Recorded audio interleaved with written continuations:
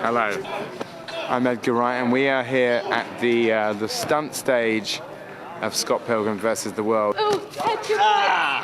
I've pretty much been working on it on and off for like 4 years. So there's been a lot of kind of prep work, and it's been really good to have this time to sort of like get a lot of things going. Not just all this happening here, but the music and the storyboards and the design aspects and the effects. It's definitely, we've made it very difficult for ourselves by having a film that's like got action and music and comedy. 3 different things which in their own right are all very difficult, and they're all together in this, so it's exciting. I've been doing the workouts of the actors for like 90 minutes, 2 hours sometimes, first thing in the morning, because I feel like, see, I'm even standing on one leg. My natural kind of position is to sort of be balancing and doing things now. There's 2 reasons for this. There's one that to show solidarity to the actors, because there are a number of performers here who've never done an action film before. And also, when I was making Hot Fuzz, I put on a lot of weight in, a lot of kind of English breakfasts, and my goal is not to let that happen again. So it's kind of exciting coming down when there's so many like people that you know you can never match up to physically in one room. I find it like it wavers between inspiring and deeply humiliating. Mostly inspiring. Watch out! This is like the last week that we're all trained together. People are training all the way through the shoot, but we've all got into this sword fighting tournament thing. You can see I'm out of breath. Look at my leg.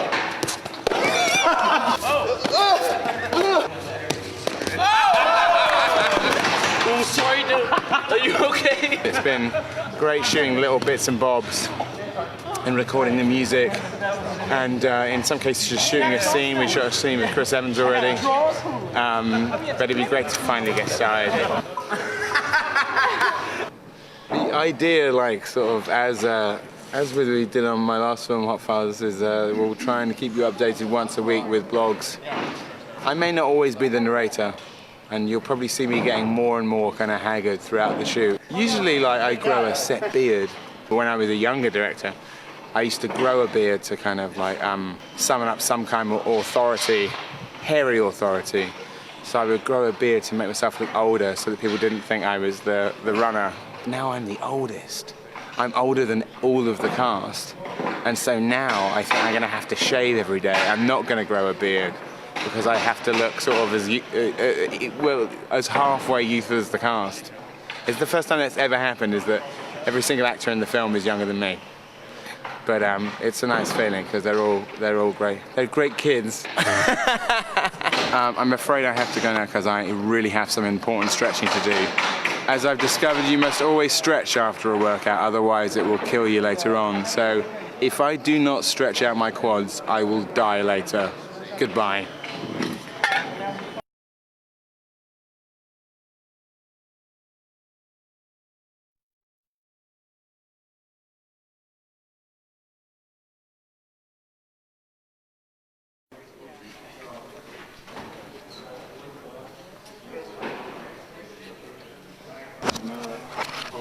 So Rico, would you look at this bulb and see what it is?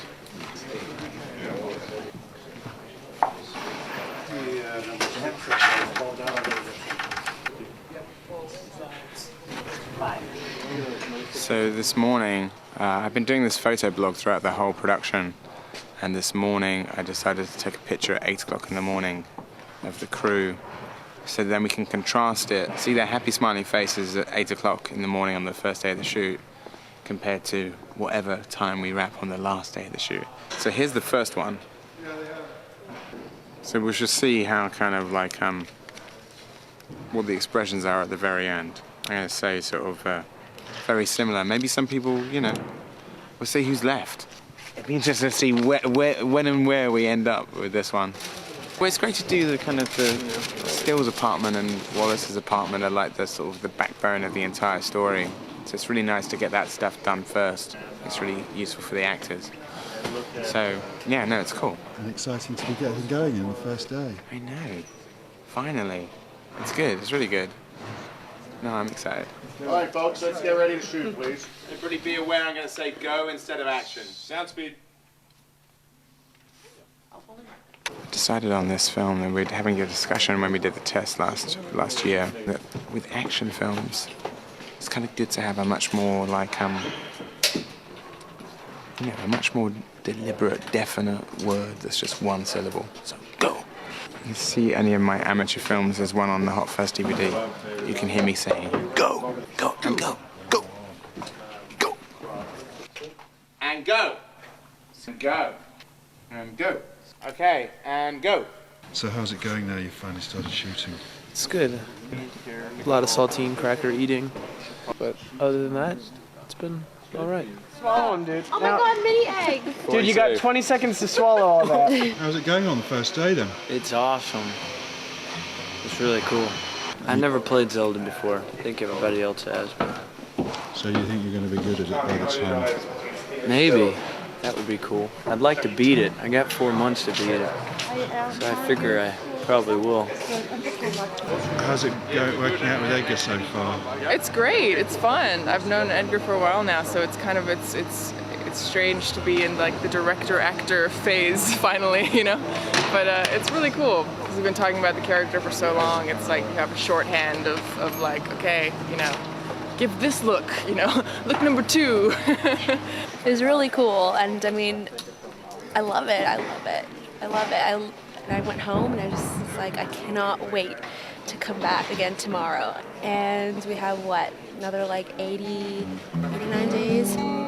So how's it going on the first day then?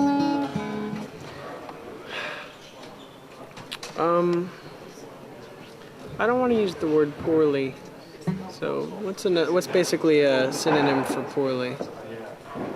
Badly. Badly. Ow. Ow. Ow. But you know. Ow. Only how many more days left? Oh, damn. Damn. Mike, do you know how many days are left? See, he's already tuned up. I think we're nearly there. I think we're almost done. During the shoot, can you just tell me when you're on me so I can suck in? Okay. I'll just show you the good and bad. So, Johnny, no table, but It's bad.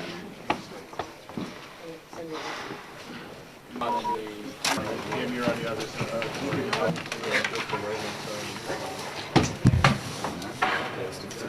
We have the 4?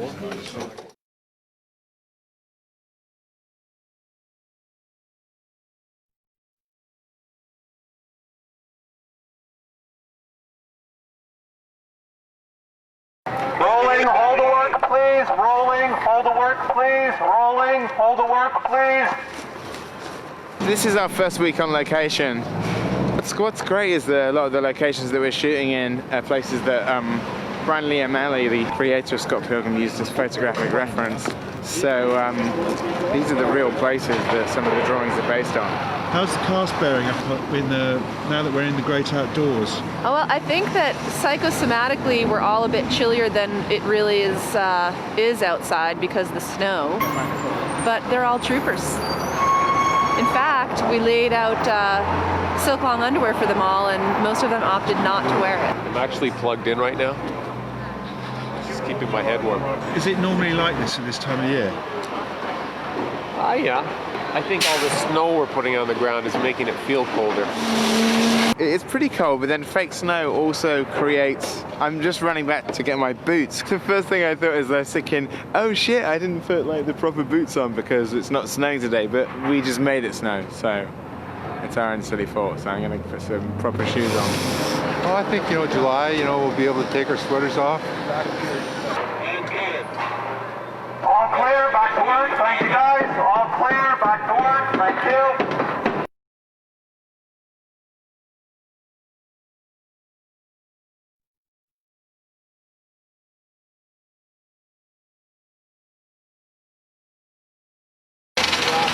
Hi, how you doing today? Hey, we're over at the lovely Casa Loma for the first day of the first big fight scene. It is a movie set within our actual working movie set. So I think there's a anticipation in the air as to how everyone's going to hold up. Yeah, it's the first kind of like night shoot tonight. This is the first night of 6 nights here, and so we've got a lot. You know, this is our first kind of action scene. We did a little mini action scene last couple of days, and then this is the first proper fight. So this should start to get interesting. This is an iconic landmark, another iconic place in Toronto and in the book, isn't it? And it has been used in several films, including X-Men. It was like Professor X's Mutant Academy in X-Men. Some viewers may recognize it as the home of the Love Guru in The Love Guru. Right, one more of that very quickly. It's worth pointing out for the record, and you can bleep this, but it's absolutely freezing. And I got like 4 layers on. But Chris Evans there has got just a t-shirt and a jacket on. He hasn't even got his thermals on because he's hard as nails. You can quote me on that. Chris Evans is hard as nails. I have a man crush on him.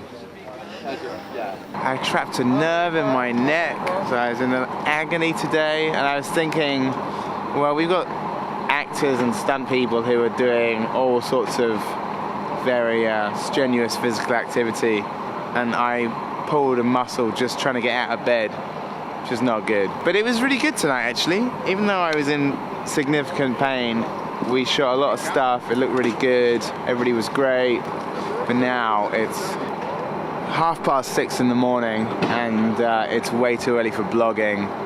And I am gonna go and collapse and stop blogging the film.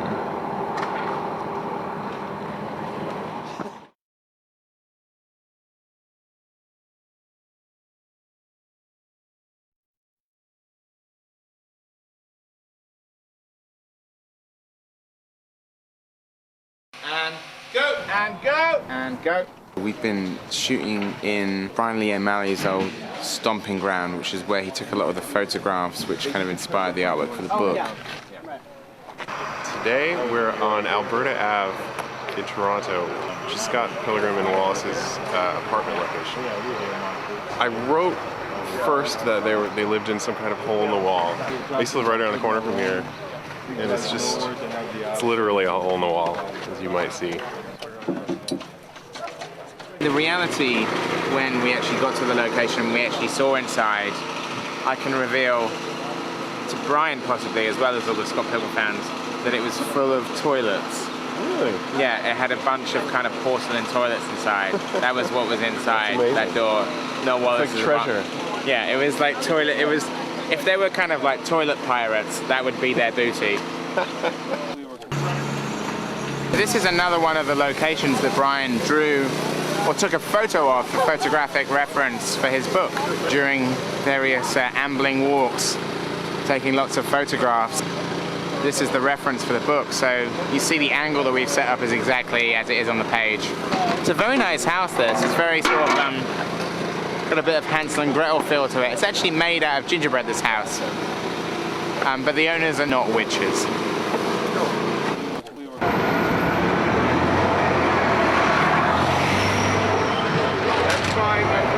Okay guys, can we do it?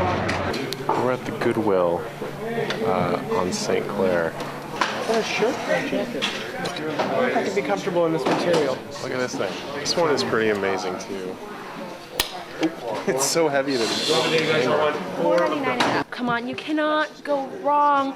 $4.99 and up. Featured fashion.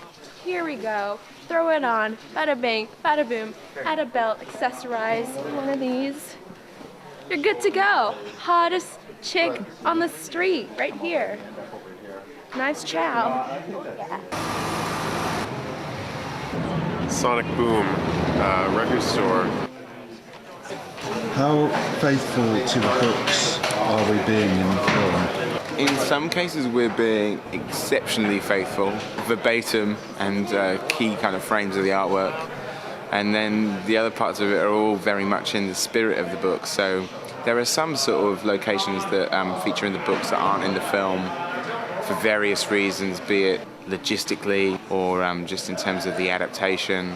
And also some things that just work better in artwork and just don't kind of translate to live action as well as others. Anyway, so yeah, I must blog out now because we have a really hectic day today. And we've got a very, very busy day today. We've got a lot of stuff to do. And then tomorrow we launch into another fight scene, which is equally... To be honest, there's not an easy day on this film. Okay, cut. Film me running off.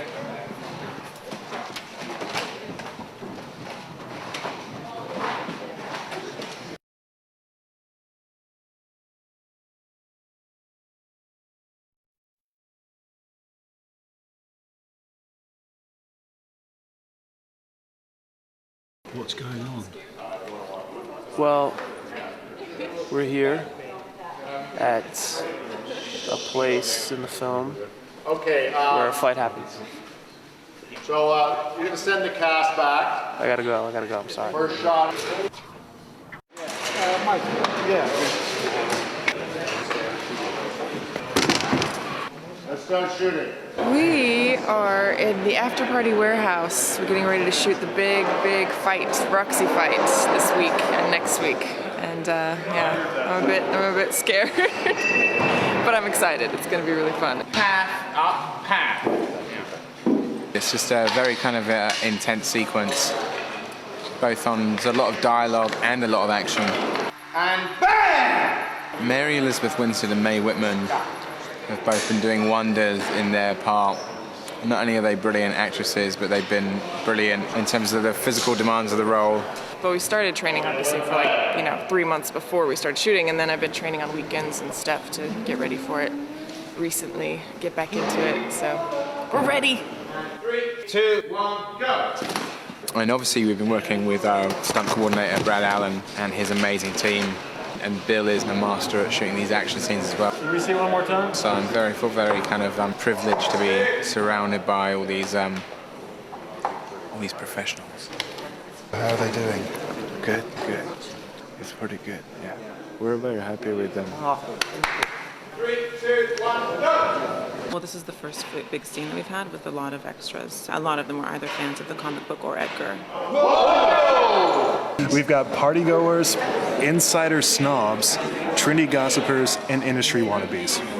I'm not sure where I fall under that. And background. It's really surreal to, see the pages from the book come to life here on the set. I think everything's pretty perfect in terms of the way everything's sort of put exactly like it would be in a comic book. And Edgar Wright, I was like, oh, that's good, that makes sense.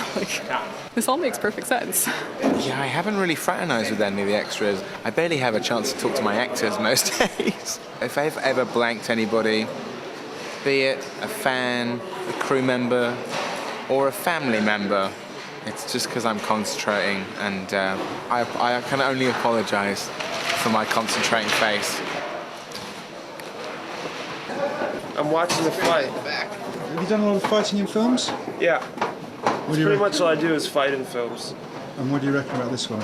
This one's interesting for me because I'm just on the sidelines on this one. This is the first action scene I've ever seen filmed, so it's awesome for me. It kicks ass. And now we're rolling, so we have to be really quiet so we don't get yelled at. See, now we can talk. You hear the bell? Back in action. We've got 3 more days here. No, 2 more days here.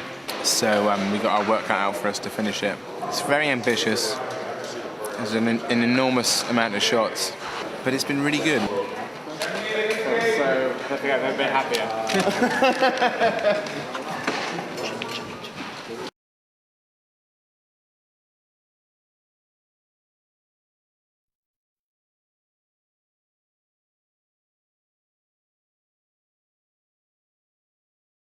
Scene 21. Getting ready for a house party. Woo! Are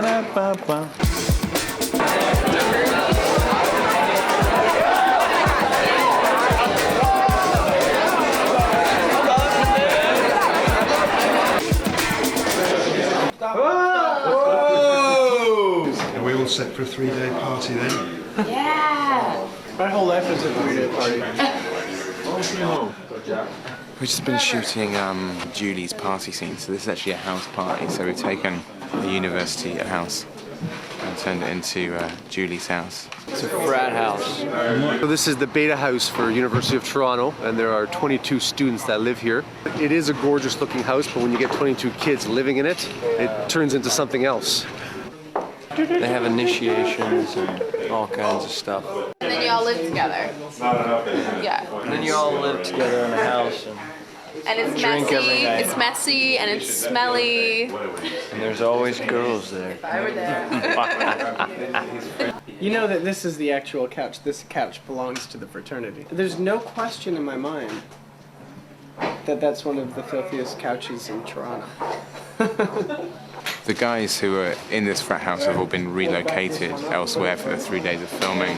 And I thought it might be funny if they watched the tape back and saw all these cute actresses here and they're thinking, what? they were in my dorm! I can't believe Mary Elizabeth Winstead was here! All right, folks, let's go. Let's do it. Let's do it. And go! How does filming a party scene compare with being at a party? It does not in any way. I mean, everybody's quiet, which is absolutely bizarre, and everyone's just quietly pretending to, I mean, it's insane. So how's the party for you? Party's been awesome. A lot of red cups. It's a key thing to every party. You gotta have red cups. Well, babes behind me. That's a thumbs up. The non-real beers, thumbs down. The ladies with cookies and chocolate, double thumbs up. This doesn't feel like a party. I feel like if you'll look around right now, it's completely empty. And that's movie magic for you. You can be completely lonely.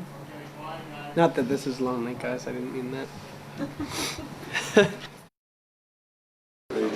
Michael doesn't really get out and go to real parties, so Edgar's trying to direct him on how to party like a real person. Party people! I hope he can do it. Shuts up.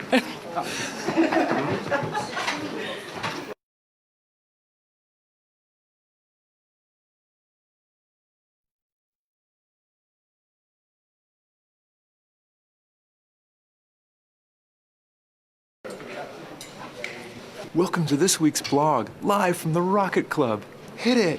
Go, go, go!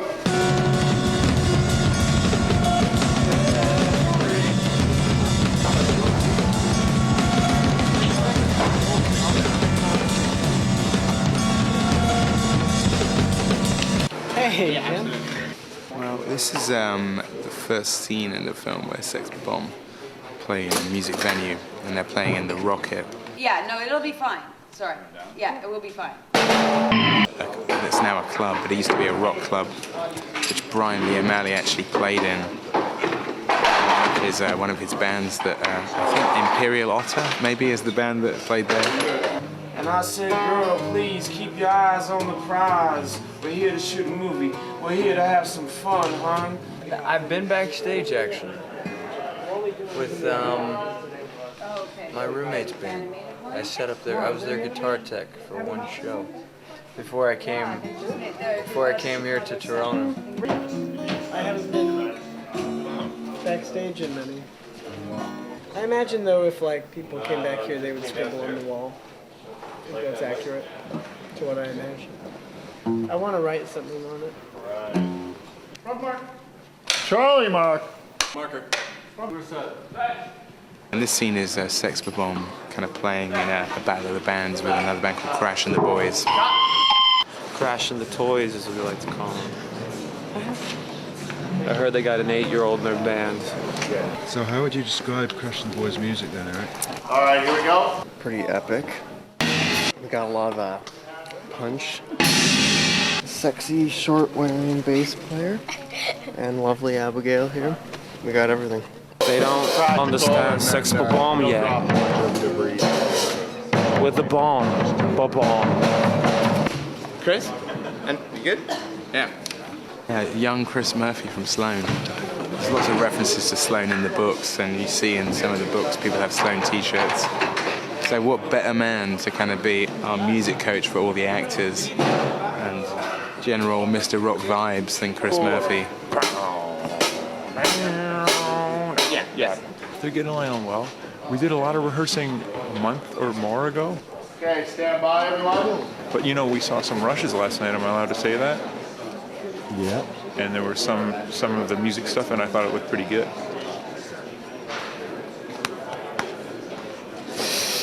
Go, guys. Yeah, all the scenes are really challenging, but this is a particularly challenging one because it does feature comedy, music, and action. 3, 2, 1, fight! It's just not uncomplicated. Yeah, good. I'd be lying if I said it wasn't really, really complicated and difficult.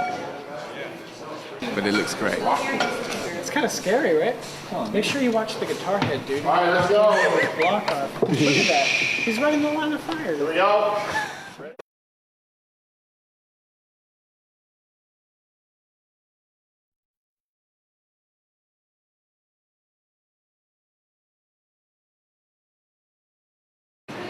Hey, what are you watching, guys? Well, We're watching the coolest thing. we're just watching the video blogs. Yeah. You gotta watch these. They're great. That's really. I can't wait for the next one. Gosh, this is a really good one. Wow. Oh, look at all of us go, eh? That's what it's like. That's what it's like to be That's here. what. It's amazing. Hey, Mary, you want to get in on this? We're watching some video blogs. Yeah. Of who? Hey, is this a laptop or a time machine? Because I mean, that's exactly how I remember it. Hey, that's me. Who's that? Our director. Oh, Edgar. Yeah, Edgar. That's our character. Edgar Wright. That's Edgar Wright. Right. Right here. Right now. What's going on? you. Ellen, we're watching the new video blog. Hey, Is that a Ellen. new video blog? Yeah, it's Yeah, it Blog just 8. came up. Blog 8. You haven't heard about it? It's got to be the best one yet. I think it's Blog 9. Probably the best. Johnny. Hey, there's Johnny. And there's The Johnny. newest video blog. Check it out. Johnny. Whoa, Johnny's here and here. Yeah. Oh my God. Stephen Stills, Hey, Mark baby. Webber. Yeah. You made it, man. You're on the blog. Oh. I'm on the blog. You're I'm on the actually blog. featured pretty heavy in this blog. Hey, it's There Crash. you go, buddy. / Eric. Hey, that's Michael. Oh, Michael. Wow. I think Michael looks better there. Is there anything subjects that we should be covering in future blogs? Fights. Fights. Real life fights. Yeah. Real life fights. Have there been any real life fights? Yeah, like this. No. Yeah.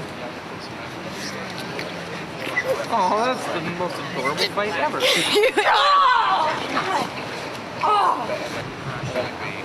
Mary. Yeah, Murray. Why would you?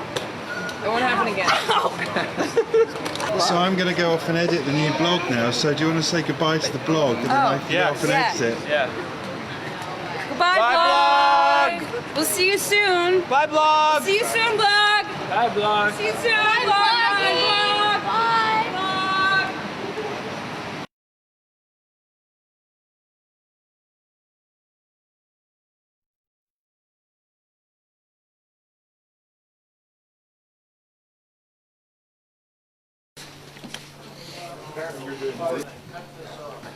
Yeah, very smart.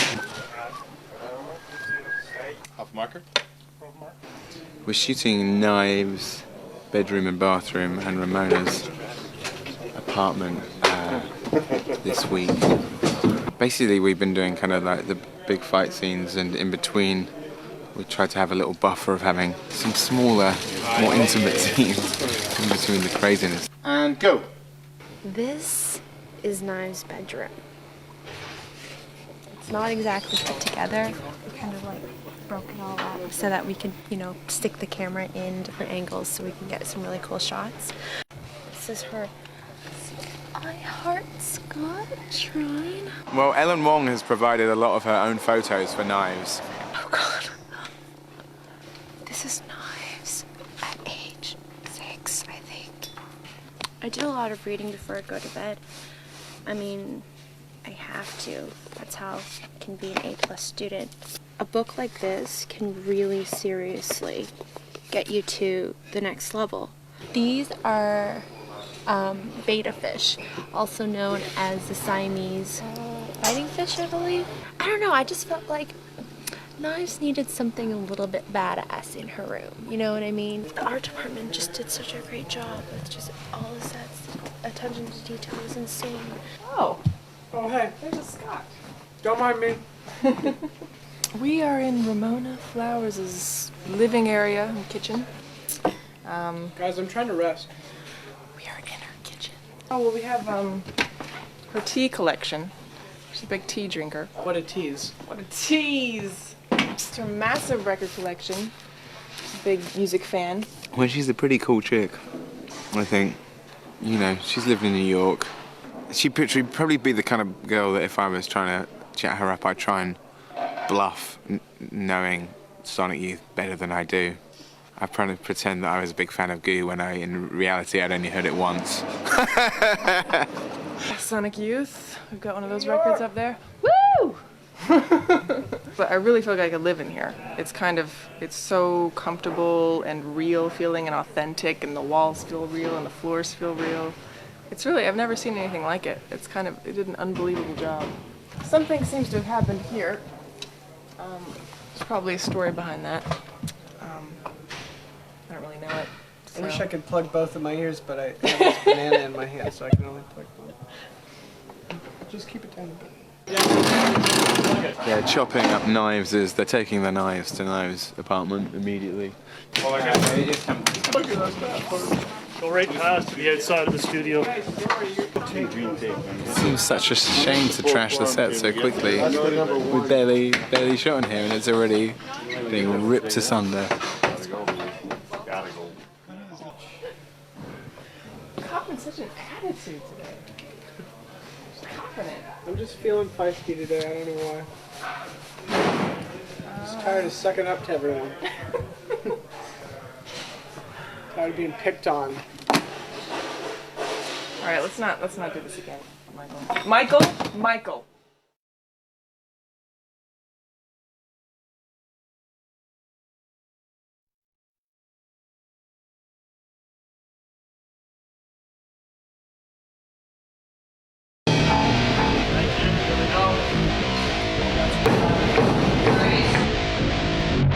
So right now we are at Lee's Palace.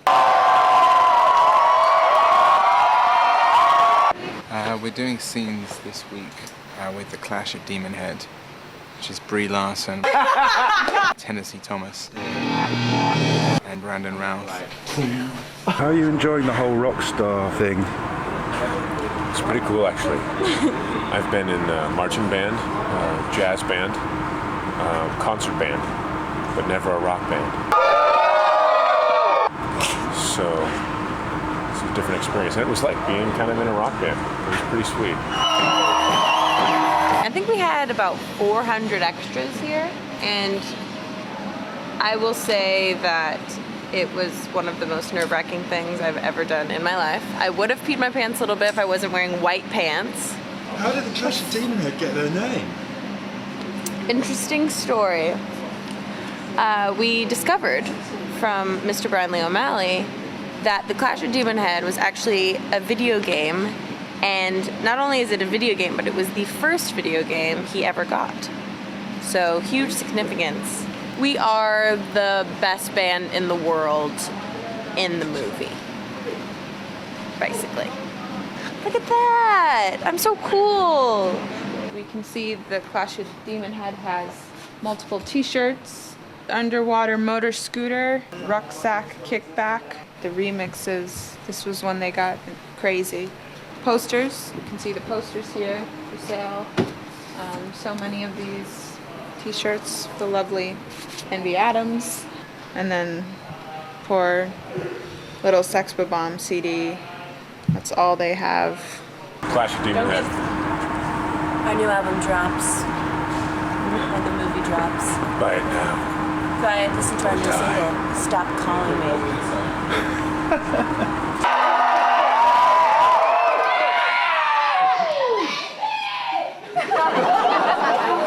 And we're getting into the last third of the shoot, which is probably the most difficult third. Not that it's not been undifficult, bad English, up until this point.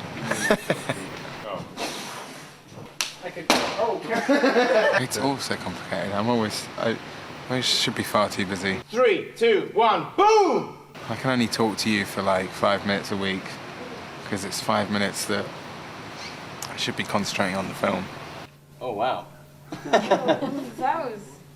He scored it. Okay, cut. Good.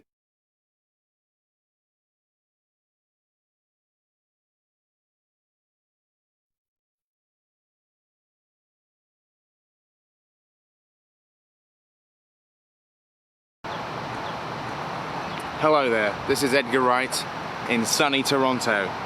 And what I wanted to do, we've been filming, how long have we been filming for? 16 weeks. 16 weeks. Look at me. Look at vlog 1 and look at me now. This is 16 weeks of hard work, and it's taken a toll on my beard, on my eyes, on my face, on my tummy, too many Smarties. And quite possibly by the end of this shoot I'm gonna have some grey hairs. But it's been a lot of fun. It's hard work, but it's been a lot of fun, and I'm really pleased with what we've been doing so far. However, there is one thing that's missing, and one thing that I'm missing, and that's my cohorts Simon Pegg and Nick Frost, who at this very moment are in New Mexico without me, shooting their new film Paul.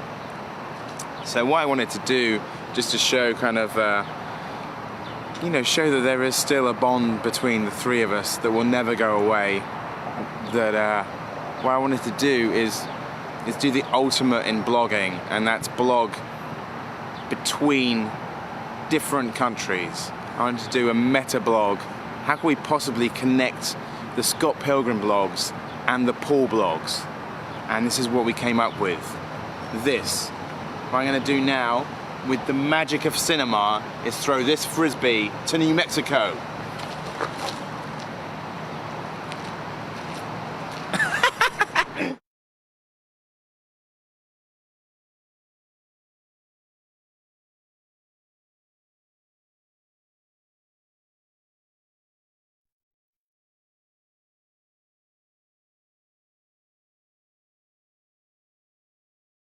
Slate 2000, take 1.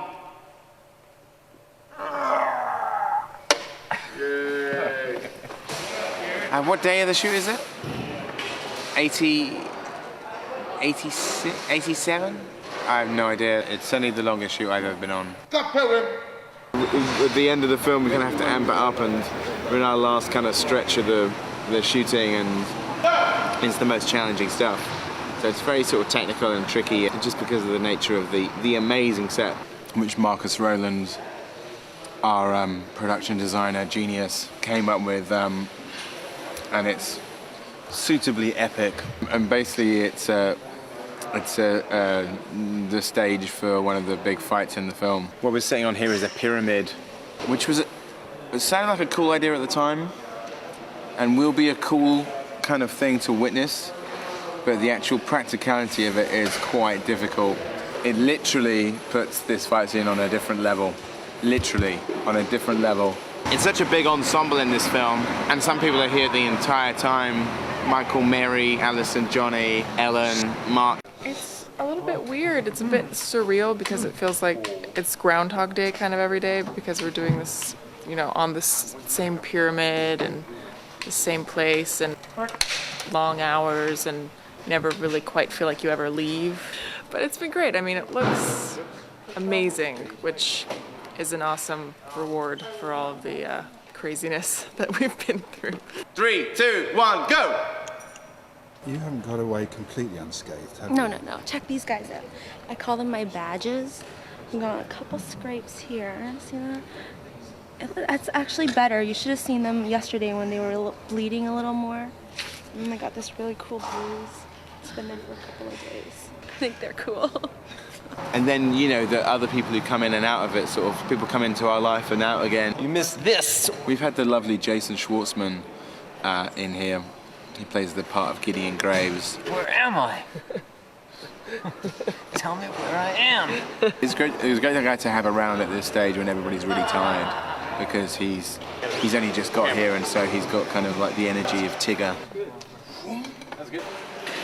I can barely see my watch, but it's 1:54 a.m. and it's time to say goodbye to this particular occasion.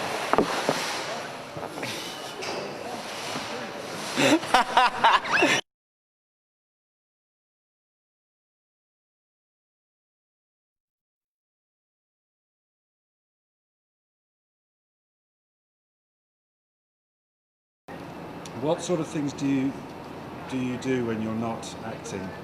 I'm not acting? Well, we hang out here, you know, out by the tents and get snacks and craft services and, you know, not much, just hang out. Like, I like to hang out with Ellen and Mary. Hey guys. Hey Michael, what's up? Can you do them in opposite directions, Ellen? I don't think you do. Oh my god. You're gonna hurt yourself. Oh my god. Oh wow! Whoa! Wow, that's amazing. And not only that, it makes your blood flow. Yeah. How long is it since you've hula hooped? Just for the benefit? Me? Yeah. Probably about age 9 or so. I don't even know how to. Yeah, you got it. You gotta go with it. Hamburger. Careful with your necklace on. There you go. There you go. Woo! Yeah, there you go. Oh yeah, there you go. There you go.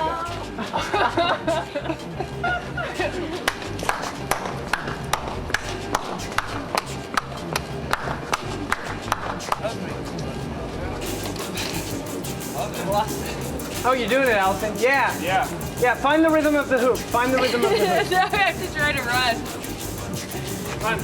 There it is. There you go. There it is. There it is.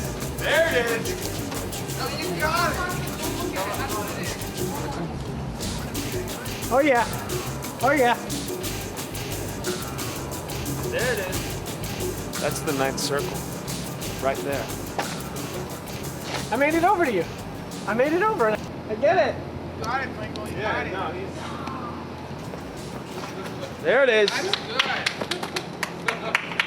Look at how he just works the 9th circle. If you do this as a blog, will you show how bad I am at the beginning? And show how good I got? Here. Oh, I got a huge cramp now. Wow. Wow. That's exhausting. Let me grab my coffee.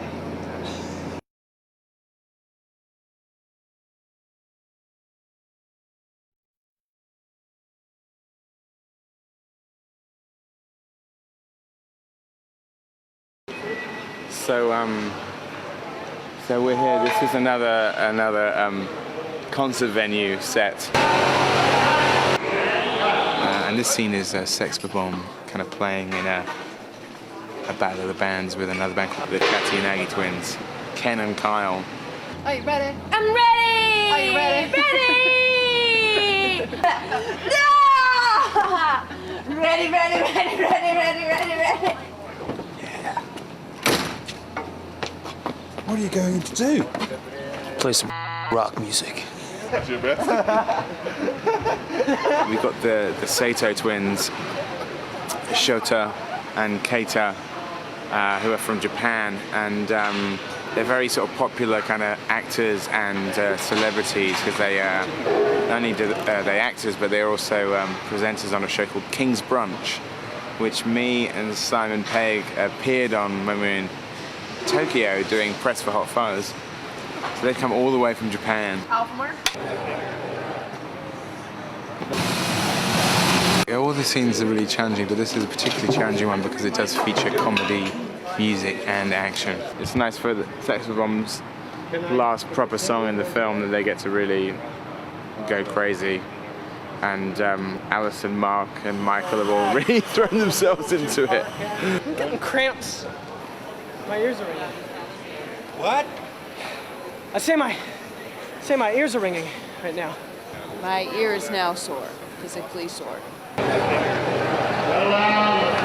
It's kind of like shooting a music video. Like you have to do a lot of coverage and a lot of angles to kind of make it super intense and exciting. You know, it's fun. And I haven't grown tired of the songs either. The songs are just really infectious and, you know, just fantastic. I got a blood blister on my finger. I have one. Look at that.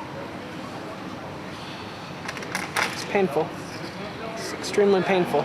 I can't unwrap mine because blood will start gushing out, but I got one there, and then I got one there. And every take though, and then this is bleeding too. Oh, and not to mention my arm is really starting to hurt. My hand, right here, is really starting to hurt. I'm wearing purple. You'll find out who wins the battle between Sex Bomb and the Catty and Aggies when Scott Pilgrim vs. the World is released next year.